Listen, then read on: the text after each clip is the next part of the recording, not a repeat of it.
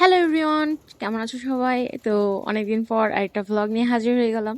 তো সামনেই যেহেতু এখন পুজো এসে পড়েছে, তো এখন তো সবাই কেনাকাটা অলরেডি শেষ। মানে আমি এখন যে এডিট করছি, আমার জানার মধ্যে এখন অনেকেরই শপিং শেষ পুজোর। তো আমি সেদিন গিয়েছিলাম পাত্রাইলে।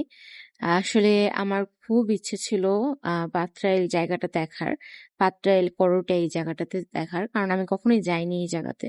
শুনেছি নাকি পাত্রাইলে অনেক সুন্দর সুন্দর শাড়ি পাওয়া যায় খুব কমের মধ্যে। তো দেখা যাক কমের মধ্যে কোনো শাড়ি পাই কিনা। তো বলতে বলতে এখন পাত্রাইল এসে পড়েছি।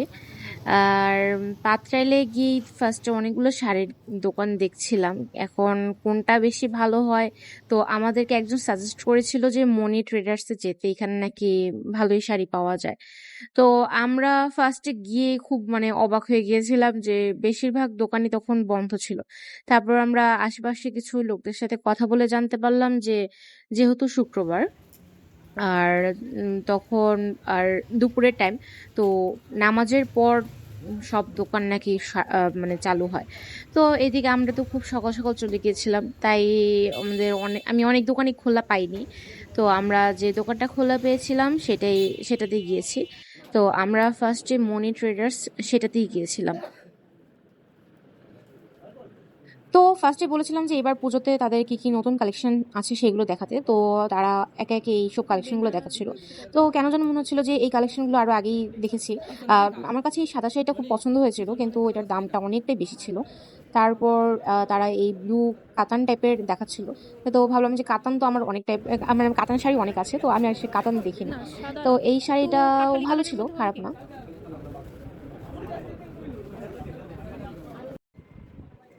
এরপর আমার চোখ যায় এই গাদোয়াল সিল্কের দিকে। এই শাড়িটা একদম সিম্পল হলেও মানে আমার কাছে এই ডিজাইনটা খুব পছন্দ হয়, বিশেষ করে কালার কম্বিনেশনটা।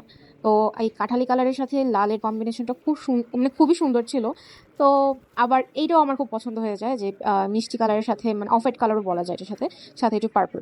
তো মানে আমি খুব কনফিউজড ছিলাম যে কোনটা চেয়েছিলাম। যেহেতু অষ্টমীতে পরবো, তো একবার ভেবেছিলাম যে লাল সিঁদুরটা ওইটা নেই, কিন্তু পরে আর ওইটা নেওয়া হয়নি। তো আমি ভিডিও শেষে দেখাবো লাস্টে আমি কোনটা নিয়েছিলাম।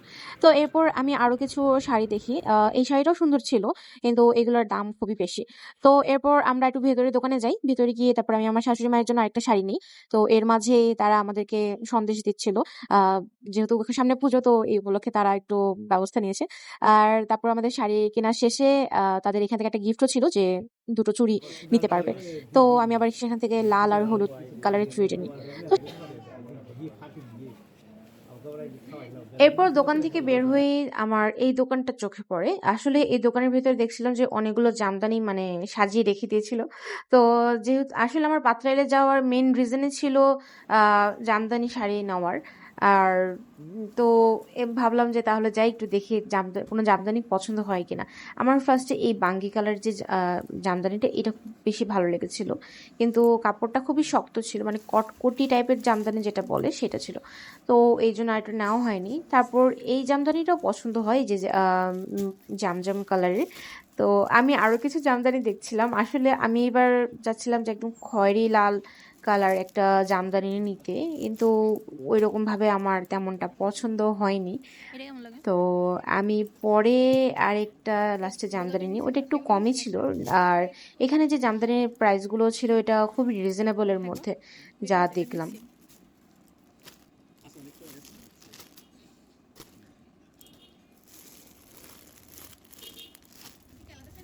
মানে এত সুন্দর সুন্দর জামদানির কালেকশন ছিল এই দোকানটাতে, আমি পুরোই একদম মানে কি বলবো, এত কনফিউজড হয়ে গিয়েছিলাম যে কোনটা রেখে কোন শাড়িটা নেব। তো একবার ভাবছিলাম যে কেন যে আমি ফার্স্টে আগে ওই দোকানে গিয়েছিলাম, আমি মনে হয় আগে জামদানি কিনলে সবচেয়ে ভালো হতো। যেহেতু একবার মানে খুব দাম দিয়ে শাড়ি কিনে ফেলেছি, তো পরে আমি এত দাম দিয়ে কিনতে পারবো না। তো এবার আমাকে একটু বাজেটের মধ্যে রাখতে হবে যেভাবেই হোক। আমার এই অলিভ কালারের জামদানিটাও খুব পছন্দ হয়েছিল। তো এর মাঝখান দিয়ে আমার হাজবেন্ড আবার বলল যে তুমি এই কালারের জামদানিটা নাও, এই জামদানিটা সুন্দর। তো ওই আমাকে চুজ করে দিল। তো এই জন্যই পর লাস্টে আমি এই শাড়িটা নিয়েছিলাম। তো তোমরাই বলো এই শাড়িটা কেমন হয়েছে। আমি এখন ভিডিও এডিট করছি আর মনে হচ্ছিল যে কেন আমি আগে ওই গাদোয়াল শাড়ি নিয়েছি। আমি যদি ফার্স্টেই এই দোকানে এসে আগে জামদানি নিয়ে যেতাম সেটাই মনে হয় ভালো ছিল। মানে কি বলবো আর, তারপরও আমার আবার এই শাড়িটা খুব পছন্দ হয়। যেহেতু আর বাজেট হচ্ছিল না তো আমি আর পর এই শাড়িটা নিইনি। এরপর কেনাকাটা শেষ করে তারপর আমরা সোজা চলে যাই করটিয়াতে। আসলে আমরা চাচ্ছিলাম যে একটু করটিয়ার হাটটাও ঘুরবো।